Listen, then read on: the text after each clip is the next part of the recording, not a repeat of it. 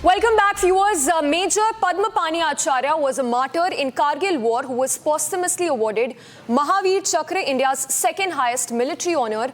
And so, Yesha, today we'll be joined by the daughter of martyr Padmpani Acharya. Oh yes, absolutely. In fact, let's also tell our viewers that Acharya graduated from the Officers Training Academy in Madras in 1993. He was commissioned as a second lieutenant into the 2nd Battalion, the Rajputana Rifles. Major Acharya was martyred in action during the Kargil War on June 28, 1999. And like you said, Aprajita, the daughter of martyred Padmpani Acharya, with us on the broadcast. Aprajita, thank you for speaking to us on this day, as we remember all our tall heroes who've made the nation proud.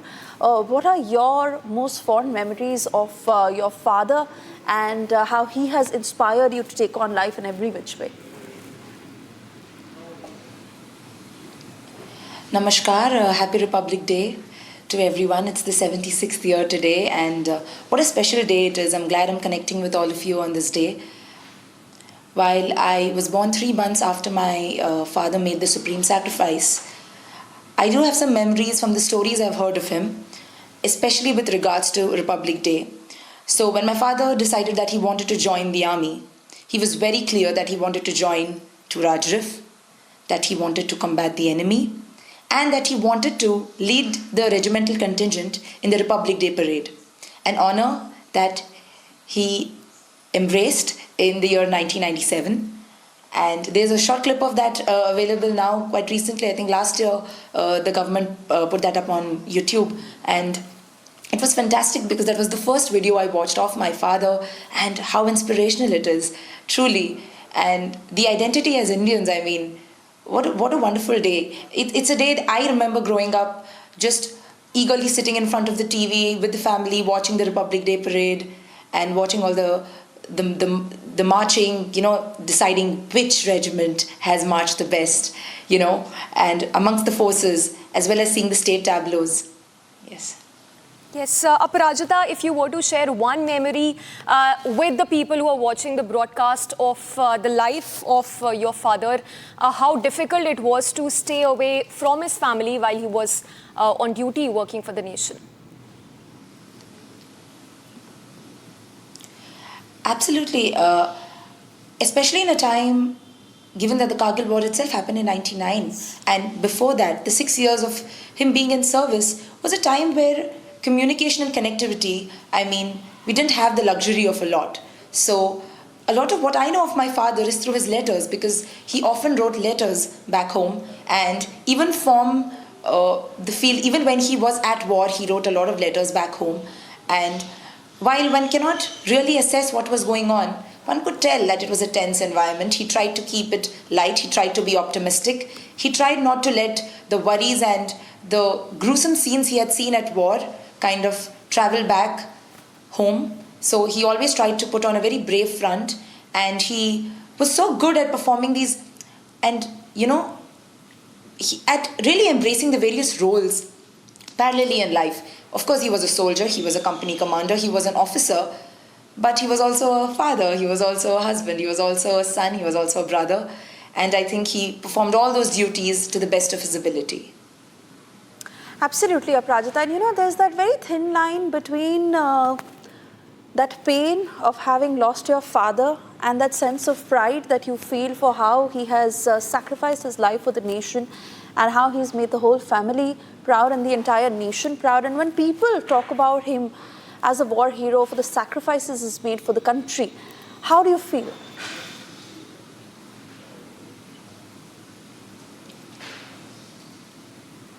I heard that the day it was announced, that the day the nation found out that, my father is no more, the whole state, around our house, people from across the city were walking, and for years after that, growing up, I've seen people write letters, come home, want to tell how they were inspired by my father's journey.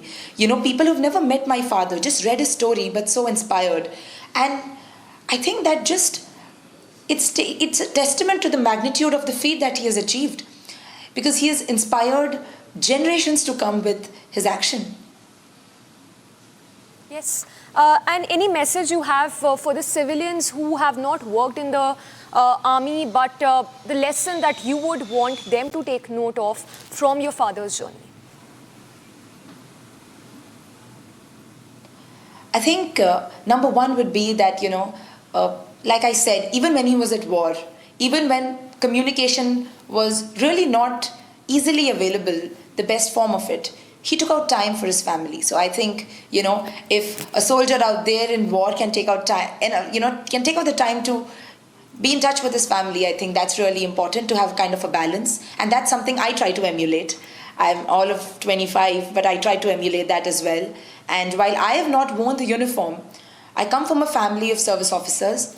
And to every civilian out there, I would just say that I think the best we can do is be very aware citizens, to know what people in the uniform are doing for our country, and to be citizens, that deserve that kind of risk that they take. Yes.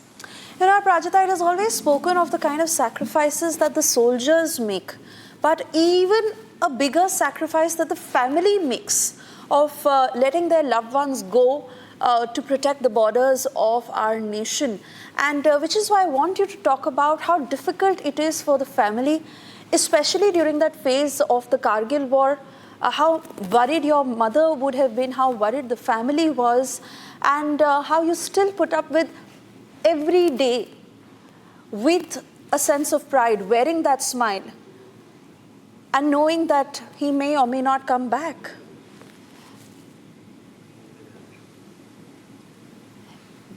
That's actually so true, because I look at my family and I think they are the strongest people I know. I mean, while my father had to take some tough decisions, I think they had to support those decisions and deal with the consequences of it. And I think that takes a lot of valor in itself.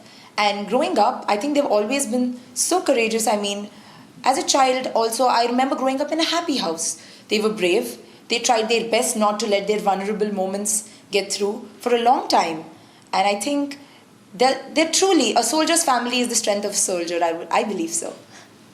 Yes, and lastly, if you would want to mention about the last letter that your father had written, if I'm not mistaken, that was the last letter that he received was from his father. In response to that, he'd written his last letter. He, of course, did not know that it was his last letter. If you can talk to us more about what was mentioned in that last letter that your father had written to his father.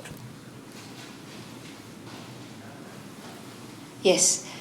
For the world, Major Padmpani Acharya was the hero of Dras, yes. But a lesser known fact is that in the Kargil war, his code name was Arjun. So he thought, he had suggested the idea to the CEO of the unit that all the officers are given the names of the Pandavas. And he believed a lot in the Mahabharata and in the duty of a warrior. So he felt that as a soldier, as a warrior, one could really emulate the position Arjun was in. Critical decisions and moments of self-doubt, but a duty to fulfill, a dharma to fulfill. And even in his last letter, he told my mother that she should read the Bhagavad Gita to me and, pass on those good values to me. And I really think that there's nothing in this world that is not in the Bhagavad Gita, and nothing in the Bhagavad Gita that is not in this world. Prajita, we want to thank you for joining us on this very special day, but I think even a bigger, or rather the biggest thank you, not just from the two of us sitting in the studio, but from the entire nation for the sacrifice that you and your family have made for the nation. We can't thank you enough, and it has been wonderful talking to you. Thank you so much. Thank you so much. Jai Hind. Thank you. Jai Hind.